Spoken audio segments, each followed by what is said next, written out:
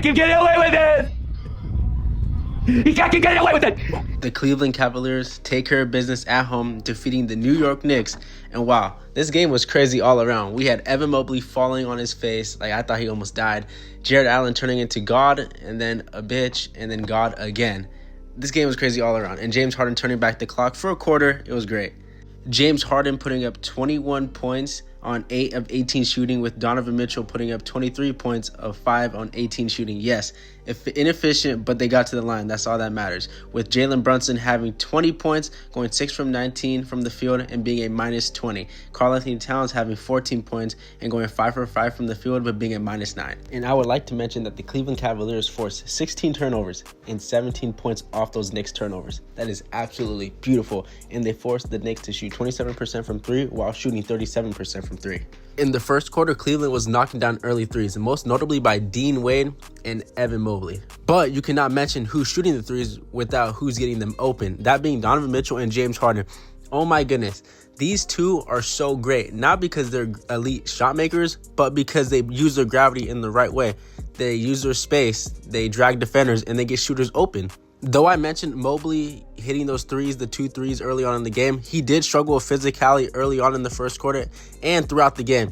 Most notably against Mitchell Robinson, obviously, and against Karl-Anthony Towns, and even Josh Hart. This brother could not move a single person out the way. Though Evan Mobley struggled, this was not the same for Jarrett Allen in the first quarter. This brother was feasting. I believe he had 6 to 8 points and 4 rebounds in the first quarter, which is really great for Jarrett Allen. You also have to mention Dennis Schröder and Dean Wade because of the way they played defense on Jalen Brunson to start off that first quarter. It was sensational. Yes, Brunson had 7 first quarter points, but these were 7 tough points. And this was the same to start off the second quarter. Keon and Wade were playing tough defense on multiple players, but most notably Jalen Brunson and Jose Alvarado. Obviously, there can't be a Cavs game without bad. And the bad today was, especially in the second quarter, Jarrett Allen getting absolutely bullied by Mitchell Robinson.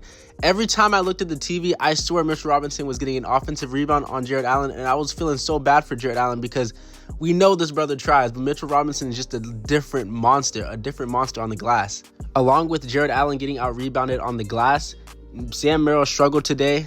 In general, I believe he went 0 for 5, all from three-pointer, which is really disappointing, especially since Sam Merrill was on such an insane run in the last 5 games since acquiring James Harden. Move on to the positive. You know, we covered Sam Merrill, we covered the negative with Jarrett Allen getting on rebound, but let's go on to the positive.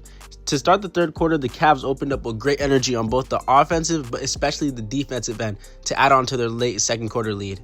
The second half just felt like a complete and utter opposite of the first half. All defense, especially on the Knicks side. To start off the third quarter, I felt like the Cavs could not buy a bucket.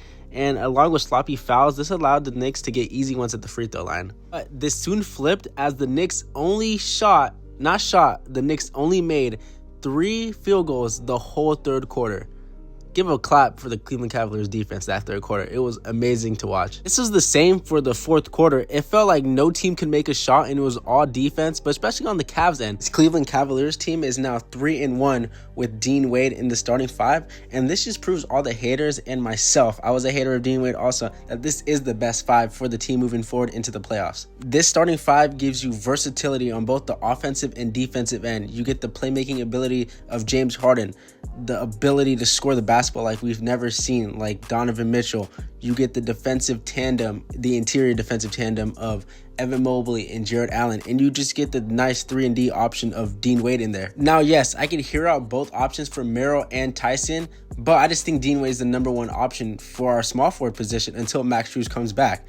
Now, Merrill did struggle today, and this is no slouch because he did, go off for like 6 games in a row, it felt like. And Jalen Tyson is the young player, so I'm not discrediting them, but I just think Dean Wade is the number 1 guy for this team. Now, I cannot sit here and make a Cavs recap video without mentioning the GOAT, Dennis Schröder. Wow. Whew. We're in purgatory with Lonzo Ball, and we got such an upgrade. It feels like we're watching prime Gary Payton out here.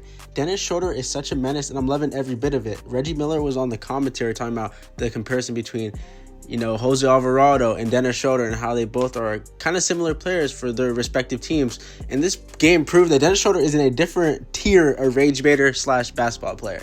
And what Dennis Schröder lacked today, only going 1 for 5 and making 3 points today, he most certainly compensated for that on the defensive end, applying immense pressure on both Jose Alvarado and Jalen Brunson when they were both in the game. Shout out to the GOAT Cavs legend Dean Wade. Wow. A plus 22 today. 8 rebounds and 11 points.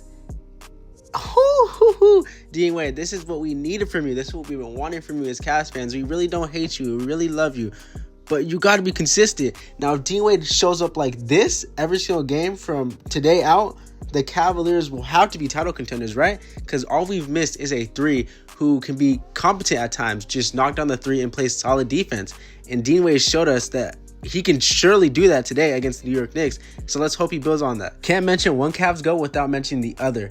Jalen Tyson today was so great. 12 points off the bench, 8 rebounds, and a plus 13. Now, in my last video, I mentioned why I believe Jalen Tyson should be our 5th and final starter. But after watching this game, I believe he will be better suited on a bench role with Dennis Schröder, Keon Ellis, and whoever's running the second unit, whether that's Donovan Mitchell or James Harden. Along with being better suited, I believe this would be better for his development over the long term because, yes, if he was a starter, he would have to play with Donovan Mitchell, Evan Mobley, Jarrett Allen, all of the big 4 names, and he would not be able to create for his own and develop his own shot-making ability. But on the bench, he is allowed to have that freedom. He's allowed to do that. And I just believe him on the bench gives the Cavaliers us a little spark off the bench. With the Cavs beating the New York Knicks, they're setting their focus on the Milwaukee Bucks for tomorrow night.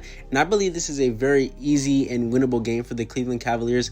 Yes, the Milwaukee Bucks are on the up after acquiring Cam Thomas, and they've been building a little bit of momentum since the trade deadline. But this is the Milwaukee Bucks we're talking about. And this is a Milwaukee Bucks team that's been through the shit this season. We'll be interested to see, considering that this is a Milwaukee Bucks team that is slacking, if Kenny Atkinson will make any adjustments to the starting 5 or keep it as is. Me personally, I think Kenny should just let the starting 5 with Wade play out and see how far this can go. I believe this is the playoff team, playoff starting 5. I'm just excited to see how the Cavs go from here. If y'all would like to see more Cavs content, make sure to like and subscribe, and I hope to see y'all next time.